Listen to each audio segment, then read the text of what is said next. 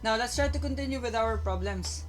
An object kuno is fired horizontally at a speed of 8 meter per second from an 80 meter high building. And so, mo ni siya atong figure. Nado tay building which is 80 meter high, 80 meters high. So, 80 m and then kana establish lang nato. Mo ni siya atong building no.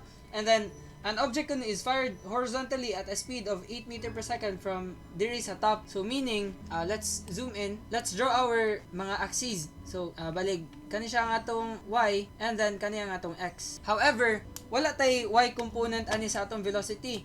Kay again, our angle is not inclined. It is only fired horizontally. However, nagyapon tay y component ani sa atong motion kay pero balig mura na siya free fall ba.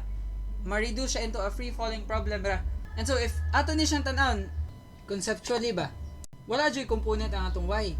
Kay mura ra man ang atong object ba fired at 0 degrees kay horizontal line naman siya. And so what is sine of 0? Sine of 0 is equal to 0. And so muna ang atong y nga component mawa ra gyapon. Ang atong y component of velocity non-existent. So muna ma-reduce siya into a free fall problem ra. And so, it is fired horizontally man no. So, ang ato i-draw ang atong motion path. May mo siyang ingana. Straight ana. And then,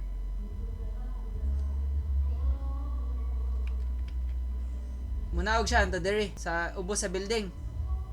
Now, I hope agree ra. Muna siya ang landing point. And then we have to compute kuno for the velocity just before the projectile hits the ground. And so muna maggamit ta atong component gyapon. Again, ang kani siyang v na to ha. Kay automatic na muna na siya ang 8 meter per second, which is also equal to our vx. And again, to compute for the velocity sa projectile before it hits the ground, kay ato i-compute ang velocity at this point along x and the velocity along y.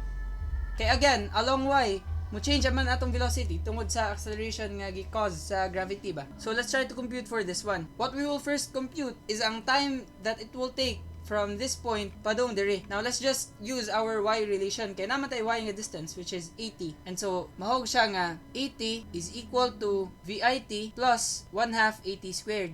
Now kana siya gikan na siya sa katong distance is equal to VIT plus 1/2 80 squared. Now again, we have established nga wala tayo y component kay again, Vy is equal to V sine 0 degrees. And then ang sine 0 degrees, may mo raman na siyang 0. So wala tayo y component. So kani siya pwede ra ta ni tantangon. And then let's just compute for this one. Now we know nga ang gravity nagtabang sa atong object padung naog. Kay diri ba atong starting point, automatic na biya siya ninaog padong dira kay balig dili pareho atong diri atong starting point ba nga murag mag-ana nga murag mo padong pa siya sa kaig una. Ang diri automatic nga padong na siya naog. So balig kanina lang 1/2 times 80 squared. So balig 80 equal to 1/2 times 9.81 times t squared. And then let's solve for t. So may man na siya ingani. 80 equals 1/2 times 9.81 times x squared.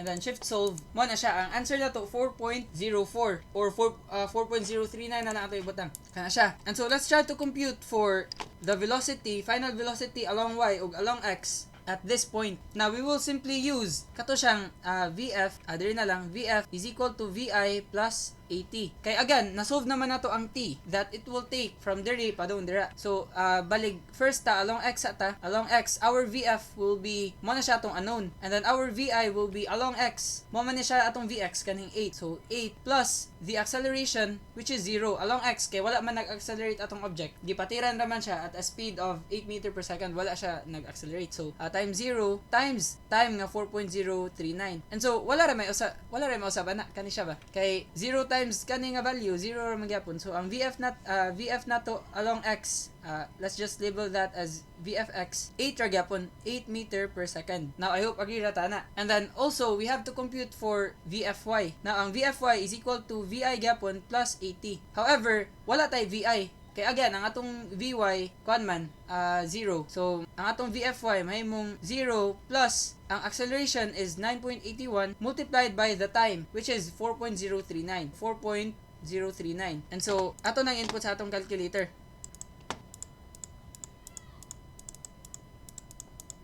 So, mahimo siyang 39.62. And so the velocity before it hits the ground, kay gamitan nato atong resultant nga formula, which is katong x squared plus y squared ba. So balik v is equal to square root of vx squared plus vy squared. And so that will be, ang vx nato kani siyang 8.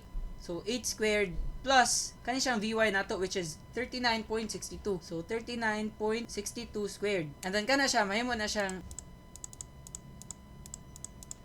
40.42. So our velocity just before it hits the ground is 40.42.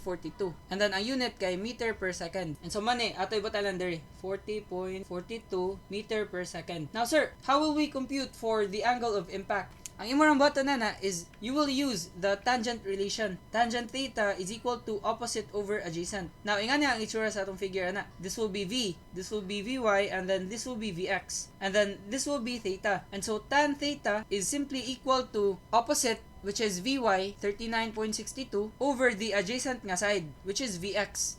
Ang atong vx kay again 8. And so let's compute for theta. Gamit na lang gyapon tag shift solve sa calculator, pero pwede ra na nimo arctan 39.62 over 8. Kana mo na mo answer 78.58 degrees. Ang kani siya ang from the horizontal na siya. Now, again, if imong gamitan og shift solve, pwede ra nimo i-type as tan x is equal to 39.62 over 8 and then shift solve. The same ra gyapon nimo makuha. Ang katong arctan mo na to ang algebraic nga method gyud. So, balig ang ato answer diri 78.58 degrees. And then from the horizontal na siya.